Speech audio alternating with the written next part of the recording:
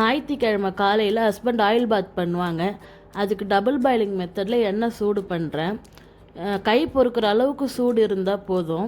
இதில் தேங்காய் எண்ணெய், நல்லெண்ணெய், விளக்கெண்ணெய், ஆமணக்கெண்ணெய்ன்னு சொல்லுவாங்கள்ல, அந்த எண்ணெய் மூணுமே கலந்து தான் ரெடி பண்ணுறது. அடுப்பில் தண்ணி போட்டிருக்கேன். அது ஒரு பக்கம் சூடாகட்டும். எப்போவுமே தலையில் எண்ணெய் தேய்க்கும் போது முடியில் மட்டும் படுற மாதிரி தேய்க்கக்கூடாது, ஸ்கேல்ப்லேயும் படுற மாதிரி தேய்க்கணும். அப்போ தான் பிளட் சர்க்குலேஷன் அதிகமாகும். காலையில் டிஃபனுக்கு இட்லியும் சிக்கன் குழம்பும். இட்லி நல்லா சூடாக ஆவி பறக்க ரெடி ஆகிடுச்சு. பக்கத்துலேயே சிக்கன் குழம்பும் கொதிச்சுட்டு இருக்குது. வாரத்தில் 6 நாளும் வேலைக்கு போகும்போது காலையில் சரியாக சாப்பிடாமலே கிளம்பிடுவாங்க.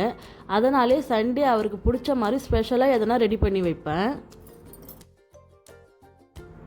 சண்டேனாலே பெரும்பாலும் மார்னிங் எங்கள் வீட்டில் இப்படி தான் போகும்.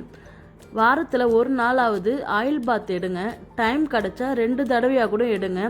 தலைக்கு மட்டும் தேய்க்காம உடம்புலையும் தேய்ச்சி குளிக்கிறது நல்லது.